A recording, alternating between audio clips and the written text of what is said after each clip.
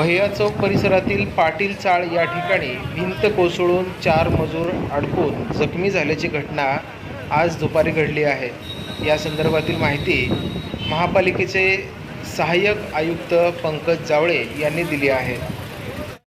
जुनी मिल परिसरामध्ये आज सोलापूर महानगरपालिकेच्या स्मार्ट सिटी उपक्रमाअंतर्गत ड्रेनेज लाईनचं काम सुरू होतं। या ठिकाणी कार्यरत असणाऱ्या कर्मचारी हे अचानक लगतची भिंत ढासळल्यामुळे त्या ठिकाणी अडकले होते। सदरच्या कर्मचाऱ्यांना वाचवण्यासाठी स्थानिक नगरसेवक, स्थानिक कर्मचारी, महानगरपालिकेचे अग्निशमक विभाग या सर्वांच्या मदतीने सदरच्या कर्मचाऱ्यांना वाचवण्यामध्ये यश आलेले आहे। सदरचे कर्मचारी हे सिव्हिल हॉस्पिटलमध्ये उपचारासाठी दाखल करण्यात आले आहेत। तसेच सदरची जो इमारतीचा भाग ढासळला आहे ती संपूर्ण इमारत बांधकाम विभागाच्या अभियंत्यामार्फत तपासणी करून तात्काळ उतरवण्याचे देखील आदेश प्रशासनाला देण्यात आले।